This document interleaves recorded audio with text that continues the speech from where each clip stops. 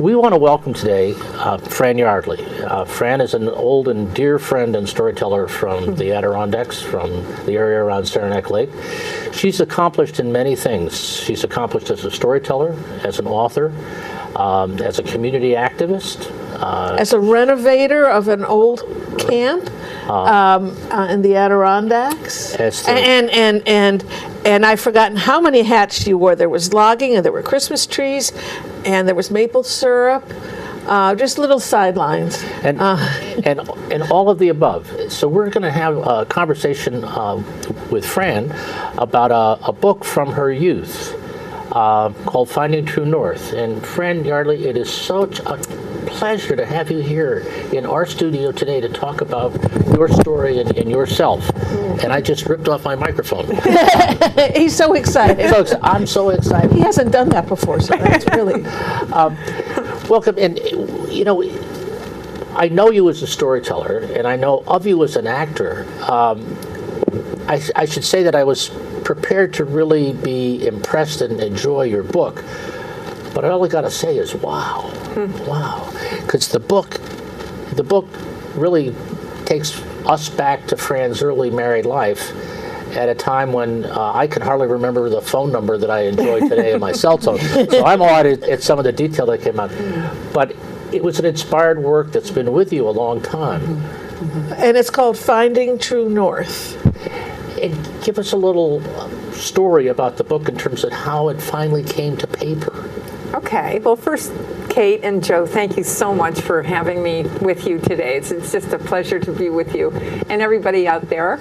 And thanks for wanting to talk about this book, because I feel like this is my baby that grew up, and she's gone off. She went to college, and now she's off in the world. And how it came to be. Well, I've lived where I live for 52 years now, and so this is the story of this place where I live, and my story of being there, and also going back to the history, going back to 1854, of all the people who came here to the same place in the Adirondacks to do what they did. So it's those stories woven in and among. And how did it come to be? My kids had grown up, and there I was, and I thought, I'd love to tell the history of the Bartlett Carey Club, which was the name of the resort that my husband Jay Yardley and I renovated.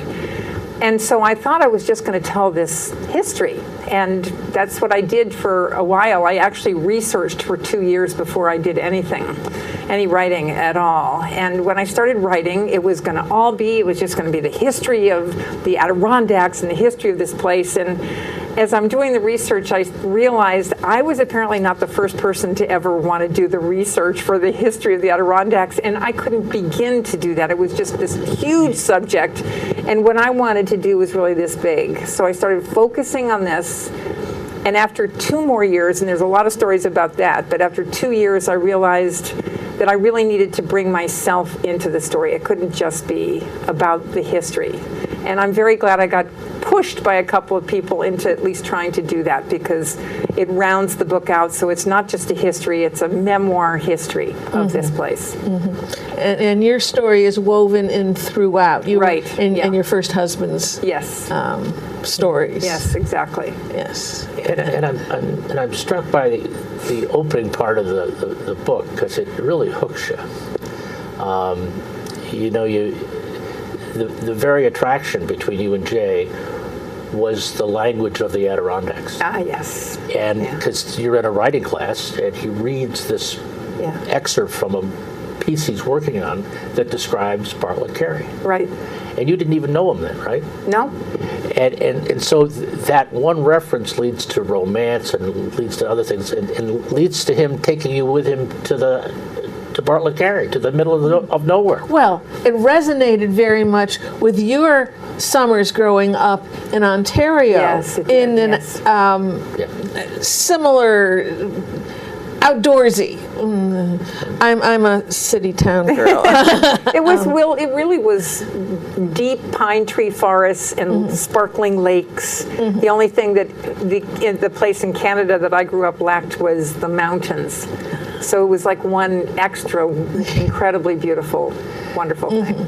And the issue of being there was your own, Jay, and your sense that you wanted to do something special in this place. Yes, we wanted to renovate all the buildings, all 37 buildings, or find out which ones we couldn't renovate and get rid of them, and create a place like a summer resort, a place where families could come to, and it was going to be very much actually like it used to be way back in the 1850s when it was first developed.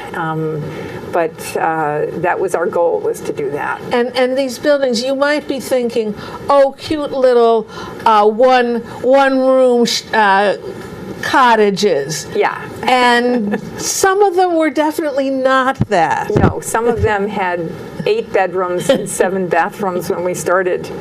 And we ended up, and I tell about this in a story that I might tell to you guys today, but about ending up with 9 houses that we called lodges. And they were from anywhere from 2 to 5 bedrooms, and one of them had 3 fireplaces, kitchens, it was a really complete houses for a family to stay in. So they were completely self-sufficient when they came for 2 weeks or a month to stay. So not 2 bunk beds and an outhouse. Not at all. No, indoor plumbing, Kate, and electricity. That resonates with me. Well, the electricity was a intriguing thing for me, because somewhere along the way somebody had built a dam in the Saranac River and put in a DC generator. Right. So the complex generated its own power.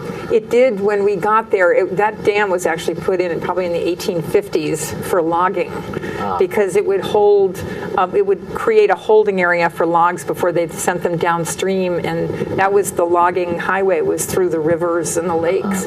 But then, I'm not sure exactly when the powerhouse was built, but it was generating DC electricity until we got there and we changed it to AC. That all by itself is another story. So before we get to your stories, I'd like to ask at least one more question. Are you a lifelong writer? Or, I mean, were you writing, like a lot of writers said, oh, well, I started writing as soon as I, learned how to, and every day, and I had, Wow. Or well, I love the question, Kate, because when I first read it, are you a lifelong writer? And I feel like saying, not yet. But I was thinking about it, and in 8th grade, Mr. Chapin was our headmaster, and our Rosie O'Grady was our 8th grade teacher, and she left to get married. Rosie O'Grady. And so Mr. Chapin took over in the first day in the classroom. He's halfway through 8th grade. And he said, all right, from now on, every day, you will write a page and bring it in. And so, of course, we're looking like Joe's face right now, which is like, oh my God. And on what, Mr. Chapin? Anything you want. Anything you want. So we had to write a page a day, and then on Monday morning we had to have 3 pages for him. So that was the beginning, and I can't say I've been writing ever since, because it's been a definitely checkered career, but definitely sporadic. Yeah, sporadic is the way of putting it. But lately, yes, much more. Lately, yes, because you trained as in college in drama and English, actually, and English. Yeah. And you've been an actor, and then you've been a storyteller, right? Which fit into your schedule better. But they're on the same spectrum. It's solo performer, and you write the stuff as well as. But with storytelling, I don't write it. I try not to write anything. Okay. Create it. Create it. Yes. Yeah. But I would say that with those 3, the acting, the storytelling, and the writing, they all involve stories, and they all involve the imagination, and those and creation, and those things are what I think are most important to me. Those are 3 pillars actually for both storytelling and life in a way. Yeah, It's definitely, pretty cool, Joe. Pretty cool. Okay, so could we want to leave plenty of time for Fran's stories. So we've had a bit of an introduction. Could you share a story from the Adirondacks? I will, yes. And the story I'm going to tell actually is a story that I write about in the book. And before I tell it, I just want to say it's so interesting to take something that is written, that I wrote for reading in a book, and now bring it out and have it be a story for telling. And so it's slightly different, but here it is.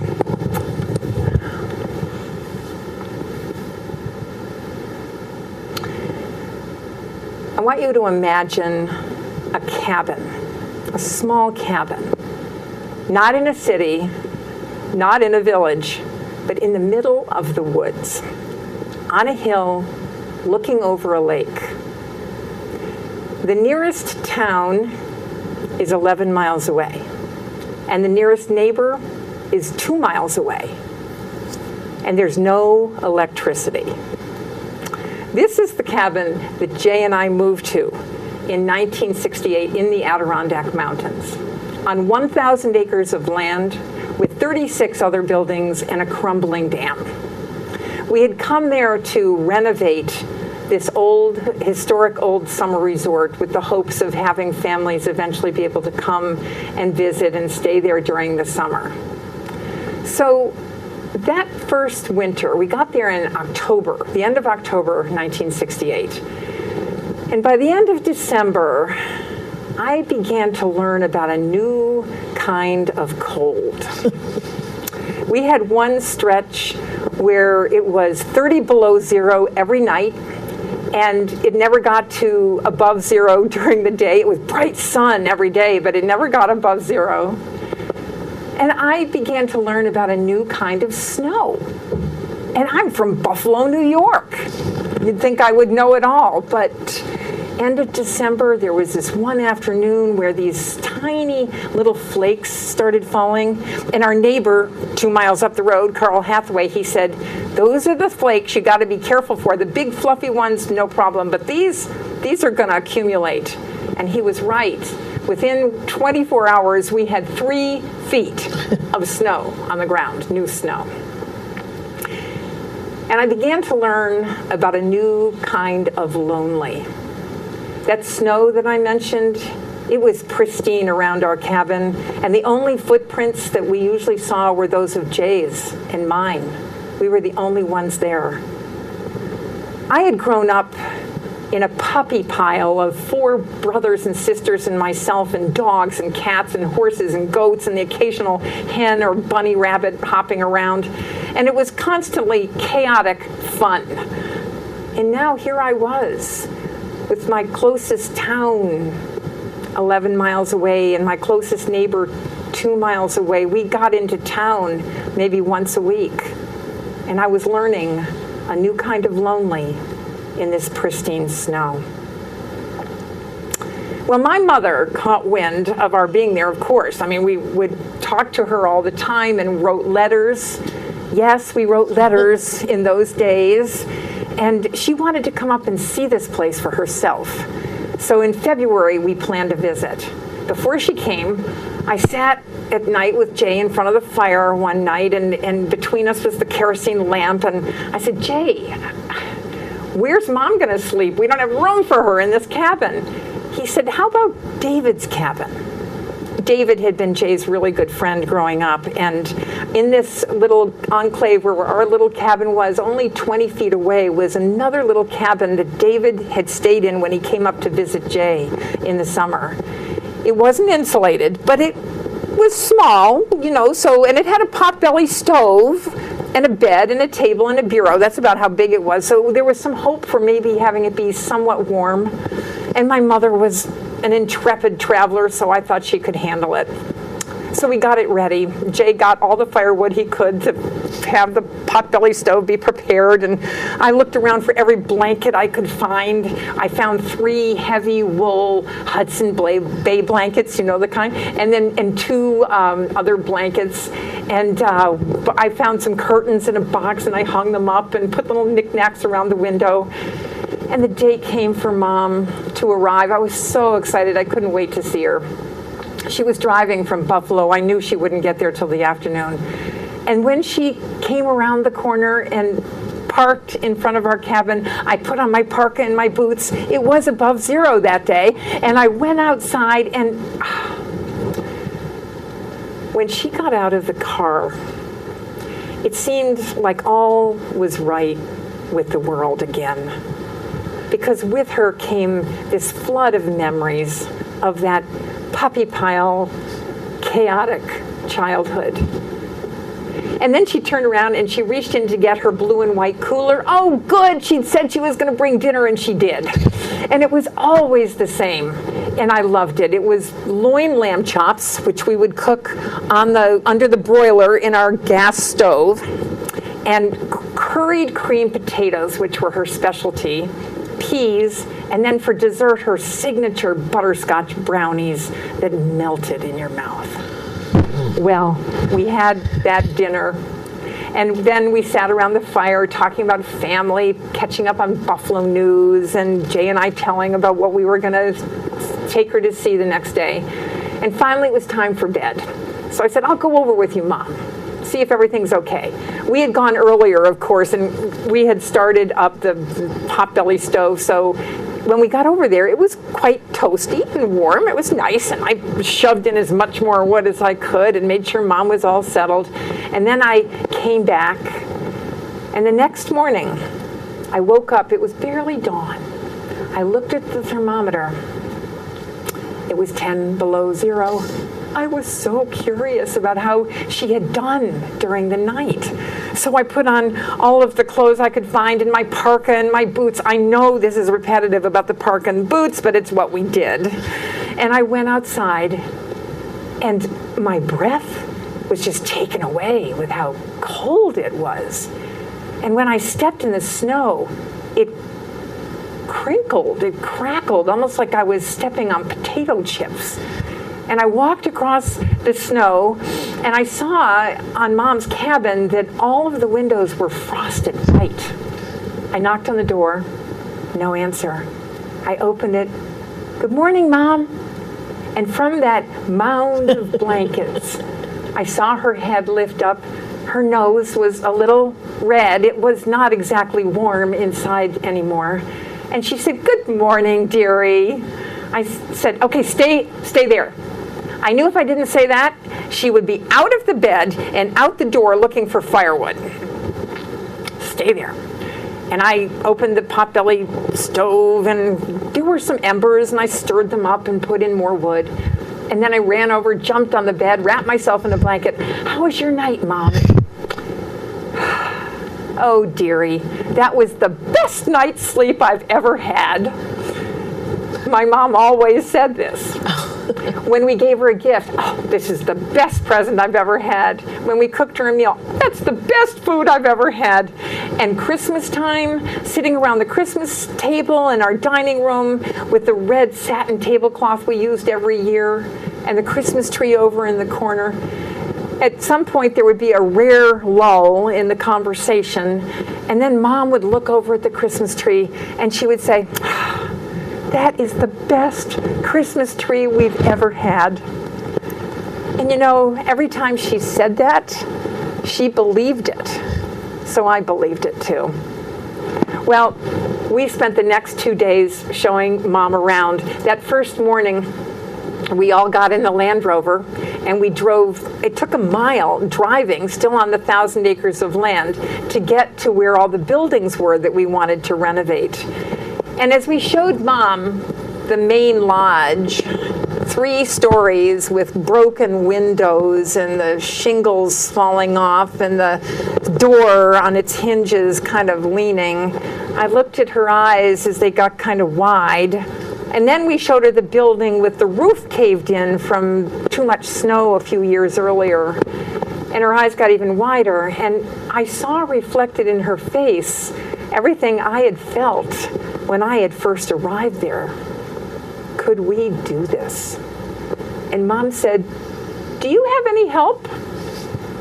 And Jay said, yeah, we have a couple of guys helping, and we might be getting some more. Well, Mom stayed with us for 2 days.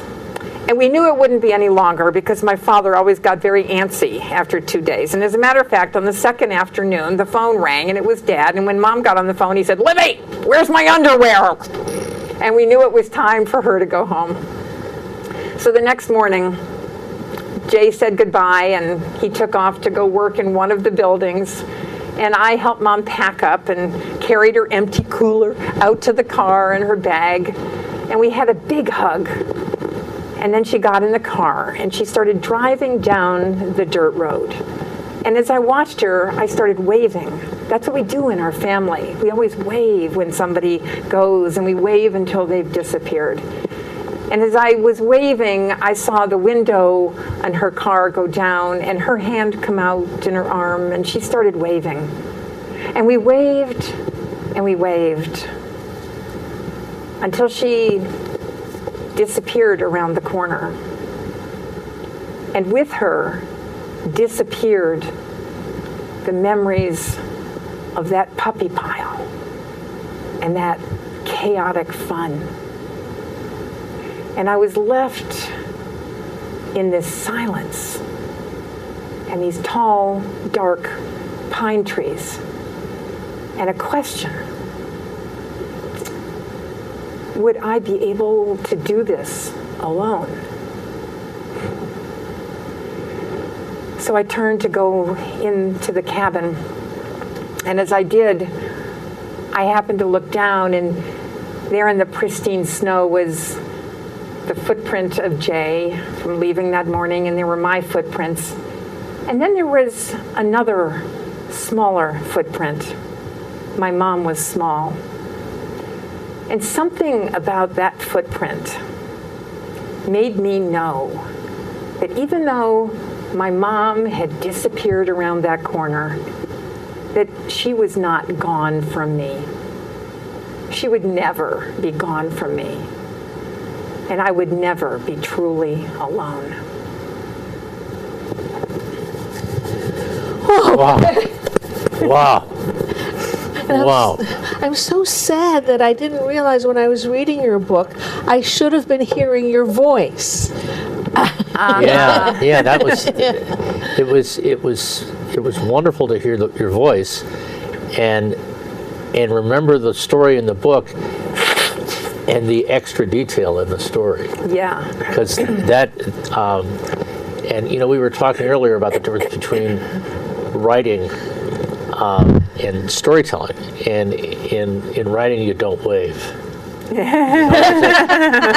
No, that's because that whole sense of emotion isn't in the book, but it is certainly the heart of the story in terms of the echo of your loving relationship with people. I mean, that was just great. It's also true that in developing a story, and it was true in the book too, but we talk about the MIT of a story, which is the most important thing.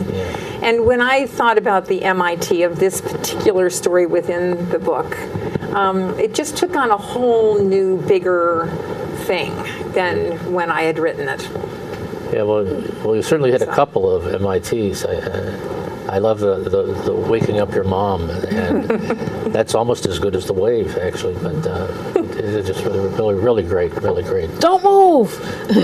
I know, and she would have been out the door. And the other echo of life for me was a line that a friend once shared with us when Jay's mom passed away. And she wasn't Christian, but she was spiritual. And she said, the Dakota have a phrase that says, to live in the hearts of those we leave behind is not to die. And I've kept that in many things because it so sums up the issue of the small footprint in the snow and your reaction to it. So that was just beautiful. Oh, that's nice, Just John. beautiful. And there's an African saying that you don't completely die until there are no longer any people left on Earth that still remember you. Yeah. There you go. Well,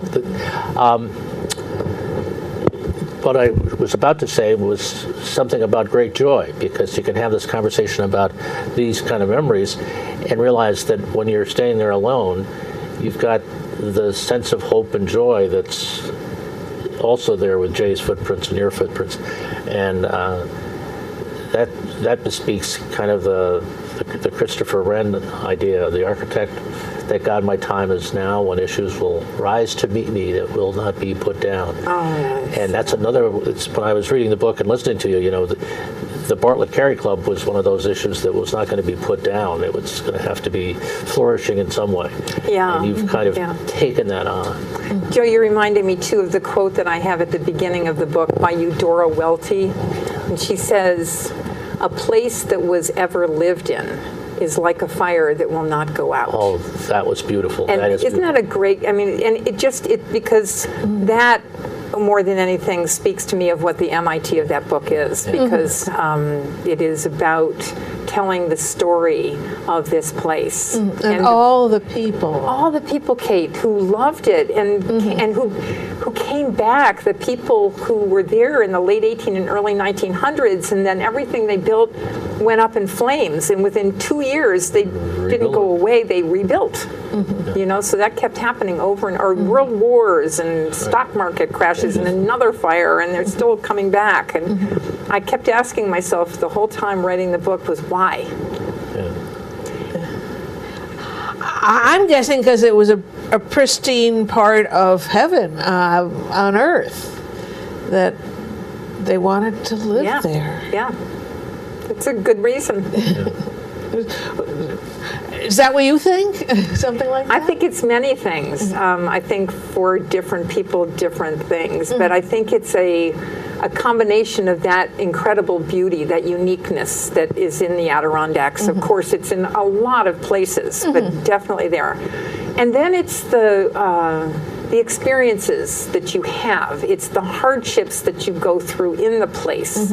And you put your mark on the place. Your blood, sweat, and tears are there, as well as the joys that you have. So all of that, you become more and more connected to this earth. And it's a very powerful aphrodisiac in a way, makes you want to come back. So it's time to talk about coming attractions, and Fran has 4 of hers.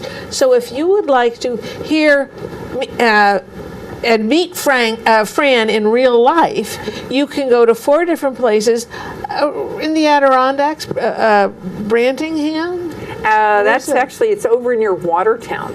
Okay. Yeah. Okay. But in June, July, August, and September, and Westport, New York, Old Forge, New York, they're all New York, Brantingham, and Indian Lake at various places, and the one in Brantingham near Watertown, reservations are required. Right.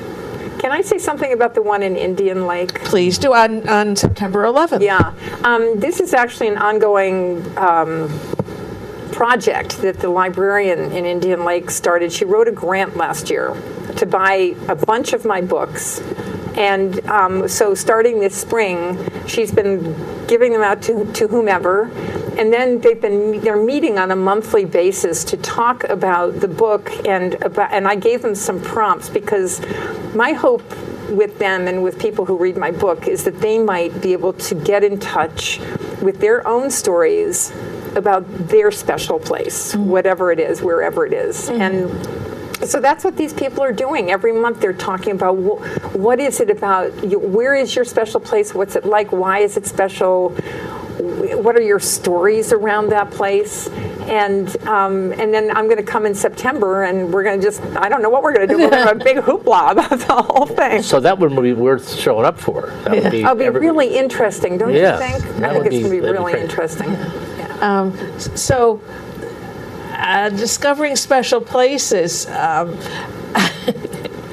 I was thinking you were just going to say, oh, and the whole town's going to read it, and then they're going to talk about it and have events. But this is very, very much birthing, midwifing. Yeah, I their think so, stories. because then their stories, so it becomes, it's not about me, it's really about what does this It's evoke. an example. What does this evoke for them in their lives, and how can it be meaningful for them?